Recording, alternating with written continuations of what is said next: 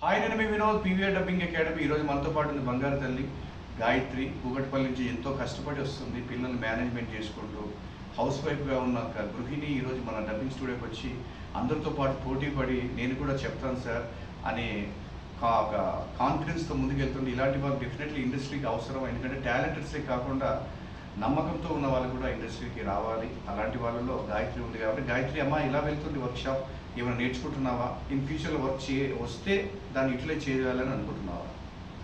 Sir, నేను ఇక్కడికి వచ్చాక కొంచెం బాగానే డెవలప్ అయ్యాను. ముందు కొంచెం డౌట్ ఉండేది, ఇప్పుడు ఆ డౌట్ అయితే నాకు లేదు. ఇంకా బాగా నేర్చుకోవడానికి అయితే ట్రై చేస్తాను తప్పకుండా. కాబట్టి మన గాయత్రి ఎక్కువ శాతం ఇక్కడ మాట్లాడలేను, నేను డైరెక్ట్ క్యారెక్టర్స్లకే డబ్బింగ్ చెప్తాననే విధంగా మాట్లాడుతుంది. కాబట్టి ఖచ్చితంగా గాయత్రిని నిలబెడతాం. కొద్దిగా టైము పట్టినా కూడా మరొక రోజు తన కోసం వస్తుంది. ఆ రోజు తన వాయిస్తో పాటు మళ్ళీ తను పరిచయం చేస్తానని మాటిస్తూ, నేను మీ Vinod, PVR dubbing academy. Thank you very much అండి.